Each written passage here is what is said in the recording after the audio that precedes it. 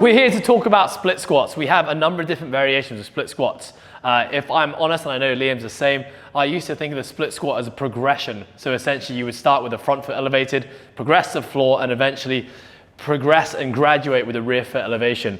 We're here to talk about different variations of split squat and why it's not necessarily a progression from beginner to advanced, and basically how you can use these as tools to train different parts of the muscle or to achieve different outcomes. The first variation we're going to talk about is the front heel elevated. Liam's going to be my demo. So essentially what we're looking for when we execute a split squat with a front heel elevation, the heel elevation is essentially creating some artificial ankle range. So if Liam comes to the bottom position, what this allows us to do is allows the knee to drive further over the toe. Now different folks are going to be able to execute this differently. Some people may be able to have really drive that knee over toe based upon the height of the heel elevation or how much ankle range or knee flexion is available. Some people may have a little bit less, but what we do know is that every degree or inch that knee is tracking over the toes, the more we are bringing that quad into a lengthened position, which means the more we are biasing that quad of the front leg. The next exercise we're going to look at is keeping this exact same position, but now talking about the back leg. It's really important to remember when we're performing a split squat. So if Liam grabs a slant board, this can also be done with pads. When we're talking about a split squat or lunge variation, we have two legs working simultaneously. Now the load isn't necessarily distributed evenly between the two. Generally speaking, that front leg is going to be doing more work, but we have to look at the mechanics of what's happening at the front leg and what's happening at the back leg. So if Liam just comes to the bottom of this split squat, what we're seeing happening here is we talked about this front leg already. Primarily, there is hip flexion, so we can see that this glute is in a lengthened position of his front leg, as well as the quad. And of course, the furthermore he brings that knee forward, the more quad we're going to get. Now, what's happening in the back leg here is by Liam having that back heel elevated, what's actually happening is that we are putting more stretch on that rec fem, or the quad of the back leg. So essentially, we're bringing the back leg into more of a lengthened position, which is going to make this even more of a quad bias exercise in both the front and the back leg. Now, in terms of how high that rear foot elevation should be, it really depends. We can do a really quick assessment here. If I ask Liam to just relax passively and I can see how far I can bring him up, well, I know that probably I could be safe and load Liam to a back heel or back foot elevation to about this high. If I go any higher than this, there may be some compensation that starts to happen at his hip, which means he's no longer able to brace his trunk, and therefore, if he can't brace the trunk, we can't ask the muscles to do the job in the most stable environment possible. So again, this can be performed on a slant board, just like Liam's doing here, or of course, we could slide in some pads and have him execute it on this. Now, very quickly, what we often see is when doing things like Bulgarian split squats, we'll often execute them with the back foot in a plantar flex position. So we usually do this on something like a bench, but if Liam just shows you here, we're basically dripping the back foot off. Now this is honestly how I was taught to perform split squats. The only disadvantage here is that that back leg is in a really unstable environment. It's also quite uncomfortable for that back foot, and what we're really trying to maximize here is stability. The more stability we can create in the system, the more the brain is going to allow us to regulate and drive the muscle tissues that we want.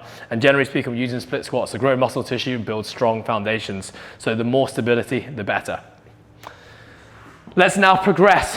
Rear foot elevated. So we can perform that exact same split squat and just get rid of that front heel elevation. So now Liam has the option as to what we want to do with this front leg.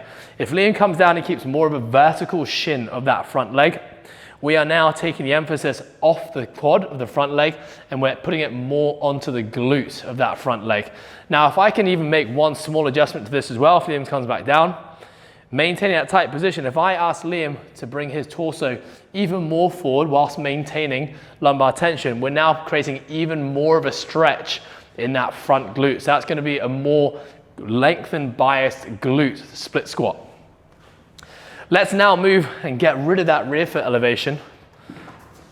And let's now talk about a front shin vertical. So we just kind of talked through that very quickly. Again, remember there's a lot of things happening with this front leg. So if Liam comes back down to the bottom here, if we are not allowing or asking that knee to track over the toes, remember we are taking the emphasis off the quad and placing it on the glute. And again, just to give you another side profile here, if Liam was to tilt his torso forward, so essentially he's hinging at the hip more, that's going to bring even more lengthening through the glute.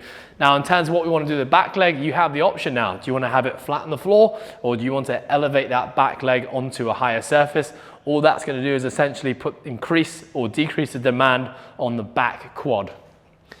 Let's now talk about the back leg straight. So I know the guys from Knees Over Toes, ATG, really popularized this recently. So essentially what we're looking at here is we're keeping the back leg straight and we're driving that knee as far over the toe as possible. So if Liam just comes to that bottom position, what you'll notice is this exercise demands lots of mobility in lots of different areas. Let's start with the front foot. You'll see here that the knee is translated quite far over that toe, which we know immediately is going to be very much of a quad biased exercise for the front leg. Now what's happening here in his back leg, because generally speaking, we're keeping the back leg a little bit straighter, this isn't necessarily putting a ton of demand on the back quad. Where this is putting demand on that back leg is through things like the hip flexor and the psoas. So by having the back leg straight and performing your split squats like this, yes, we are hitting quads of the front leg, but we are not hitting as much quad the back leg, we're hitting hip flexor and psoas. Last variation now we'll often see is the front foot elevated split squat. So really what we're doing by adding a front foot elevation is we're essentially changing the amount of hip flexion of the front leg. So if actually, Liam, if I can get you to perform it on the other side here. So if we look at the split squat now, by Liam elevating his front foot, if Liam comes to the bottom position, we're now seeing, especially if he leans forward slightly, that we've created an even greater angle of hip flexion of that front leg. So what that's doing by elevating this is creating even more lengthening of the glute, which is going to make this even more of a glute bias exercise. We can even execute this exact split squat and ask him to drive his knee over his toe. So now we're getting two things: glute lengthening of the front leg and emphasizing the quad of the front leg. So the biggest takeaway here, guys, when we talk about split squats is there is no right or wrong. There is no beginner to advanced progression. It's about what is the intended stimulus and prescribe the exercise that is going to get you that intended stimulus. On behalf of the Process Programming team, hope this video helps.